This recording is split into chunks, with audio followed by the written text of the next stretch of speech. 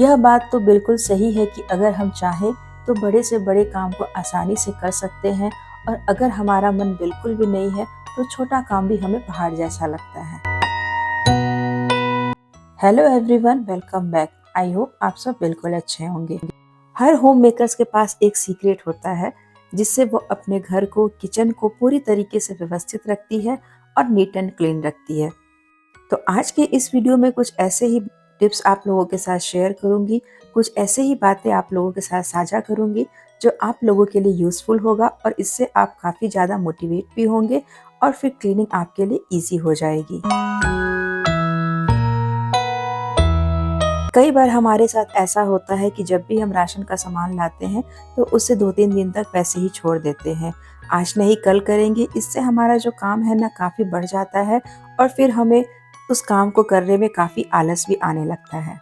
अगर हम ये चाहते हैं कि हमारा घर पूरी तरीके से व्यवस्थित रहे, घर का हर एक कोना बिल्कुल साफ सुथरा दिखे, तो कुछ एफर्ट्स तो हमें बिल्कुल लगाने ही पड़ेंगे। हर गृहिणी बस यही चाहती है कि उसका किचन काफ़ी ब्यूटीफुल हो और फंक्शनल हो ताकि काम करने में कभी भी कोई दिक्कत नहीं आए। वैसे तो जब दिवाली आती है या कोई फेस्टिवल आता है तो हम बिल्कुल जोर शोर से घर के कोने कोने की सफाई करने में लग जाते हैं, लेकिन मेरा यह मानना है कि सिर्फ दिवाली या कोई फेस्टिवल का वेट हम क्यों करें। जब भी हमें टाइम मिले या फिर हम टाइम निकाल कर छोटी छोटी क्लीनिंग अगर हफ्ते में एक बार भी करेंगे तो हमारे घर का हर एक कोना बिल्कुल साफ सुथरा रहेगा। आज मैं अपने किचन के काउंटर टॉप की डीप क्लीनिंग करने वाली हूँ। वैसे तो इसकी क्लीनिंग खाना बनाते टाइम थोड़ी थोड़ी हो ही जाती है, लेकिन डीप क्लीनिंग की बात ही कुछ और होती है। सारे सामान को हटाकर स्लैब को अच्छे से क्लीन करके और वहाँ पे रखे हुए सारे सामान को पोंछ करके रखना डीप क्लीनिंग कहलाता है। जब हम टाइम टू टाइम अपने घर को ऑर्गेनाइज करते हैं या फिर क्लीनिंग करते हैं तो इससे हमारा घर साफ तो हो ही जाता है, ऑर्गेनाइज भी हो जाता है और साथ के साथ वहाँ पर डिक्लटरिंग भी हो जाती है। क्योंकि यह जो मेरा किचन है पूरी तरीके से मॉड्यूलर नहीं है, तो यहाँ पर काउंटर टॉप पे जो बेसिक चीज़ें हैं उनको रखने के लिए मैंने एक DIY शेल्फ बनाया है। लकड़ी के पटरे को 2 फोम के ऊपर रखकर अच्छे से सेट कर दिया है और इसी पर जो डेली बेसिस की चीज़ें हैं वो मैं रखती हूँ। जैसे ऑयल हो गया, रिफाइन हो गया, स्पून हो गया या फिर डेली यूज़ में आने वाले नमकीन और बिस्किट्स। ये चीज़ें बिल्कुल गैस के पास में ही रहती है, तो खाना बनाते समय इस पे भी कुछ छींटे पड़ ही जाते हैं, तो इन सब की क्लीनिंग भी बहुत ही ज़रूरी होती है। नीचे की साइड में मुझे थोड़ा सा स्पेस मिलता है तो वहाँ पर मैं नाश्ते वाले सारे प्लेट्स और मसालेदानी को रखती हूँ और ऊपर इस तरीके से कपड़े से ढक देती हूँ तो ये बिल्कुल भी विजिबल नहीं होता है। अपने किचन में आप जब भी कोई सामान खरीदते हैं या फिर ऑर्गेनाइजर खरीदते हैं तो बिल्कुल सोच समझकर हमें परचेज करना चाहिए, क्योंकि ये चीज़ें ऐसी होती है जिन्हें हम बार बार परचेज नहीं कर सकते हैं। अगर आपका किचन काफ़ी बड़ा है, काउंटर टॉप पे काफ़ी स्पेस है, तो आप 3 टायर का ऑर्गेनाइज़र ले सकते हैं। लेकिन वही आपका किचन बहुत छोटा है, काउंटर टॉप भी छोटा है, तो 2 टायर का जो ऑर्गेनाइज़र है वो आपके किचन के लिए बेस्ट होगा। कुछ ऐसी चीज़ें भी होती हैं जो हमारे कमरे में ना अच्छा लगकर हमारे किचन में वो अच्छी लगती है। जैसे ये बेड साइड का जो टेबल है उसे मैंने यहाँ किचन में एज ए ऑर्गेनाइज़र यूज़ किया है। किचन हमारा छोटा होता है या बड़ा होता है, लेकिन इसे सजाने का हर गृहिणी का अपना एक तरीका होता है और हर गृहिणी का यही सपना होता है कि उनका किचन बिल्कुल साफ सुथरा हो। उनके अलावा अगर किचन में कोई और भी इंटर करे तो सामान लेने में कोई भी परेशानी ना हो।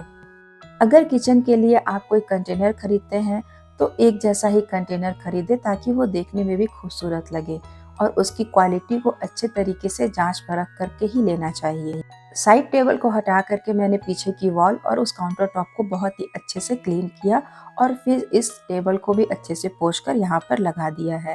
सबसे पहले ऊपर की साइड में मैं एक अखबार बिछाऊंगी और मेरे पास जो टेबल मैट है उसका यूज़ मैं यहाँ पर करूँगी।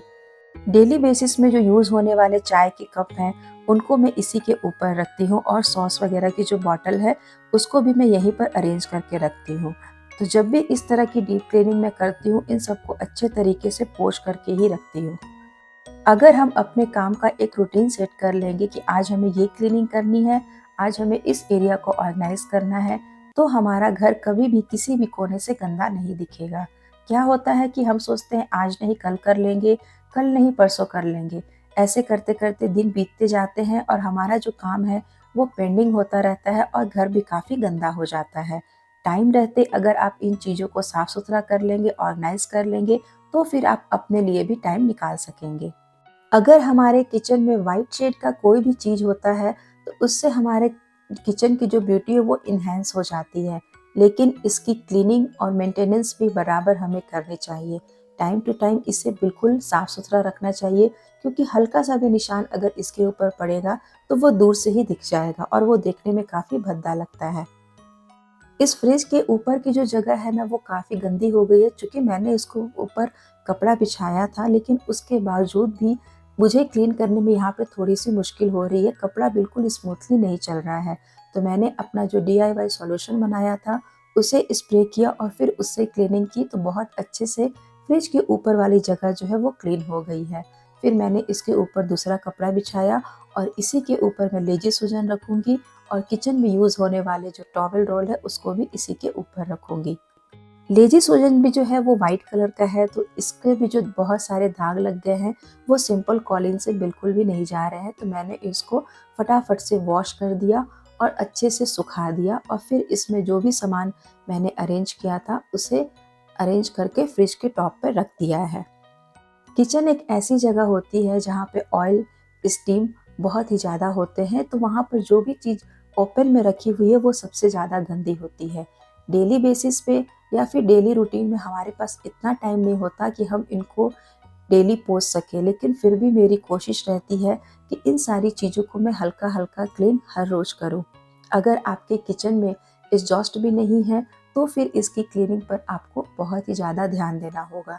चिमनी हर किचन में होती है, लेकिन उसके बावजूद भी ओपन में रखी हुई जो चीज़ें हैं ना वो गंदी हो ही जाती है। अब किसी भी जगह को क्लीन करने का मतलब ये नहीं है कि एक बार क्लीन किया और महीनों तक ऐसे ही छोड़ दिया।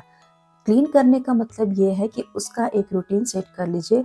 वीकली आप अगर क्लीन करते रहेंगे तो फिर आपका किचन या फिर घर कहीं से भी गंदा नहीं दिखेगा।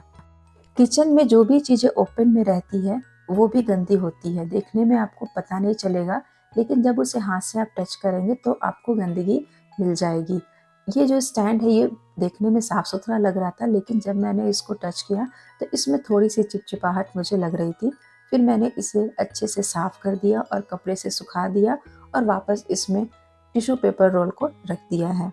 कई बार ऐसा होता है कि टिश्यू रोल को हम फाड़ते हैं और वैसे ही छोड़ देते हैं, तो उसका जो फटा हुआ हिस्सा है वो हवा में ऐसे ही लहराता रहता है।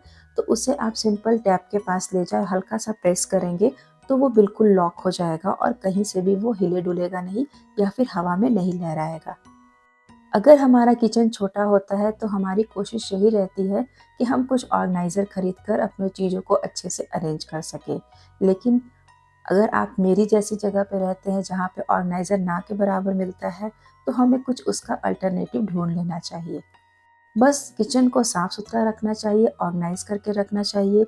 इससे फ़र्क नहीं पड़ता है कि आपके किचन में ज़्यादा सामान है या फिर जो भी कंटेनर है वो देखने में एक जैसे नहीं है।